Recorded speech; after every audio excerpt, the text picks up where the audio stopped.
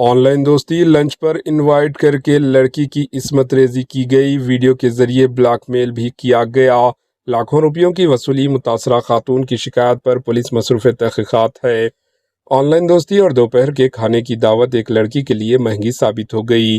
अजनबी पर भरोसा करना और खाने की दावत में शिरकत 20 लाख रुपये अदायगी और इज्जत की नीलामी का सबब बन गई। ताहम 1 करोड़ रुपये के मुतालबे पर तंग आकर लड़की ने पुलिस से शिकायत कर दी और वाक़या मंजर आम पर आया।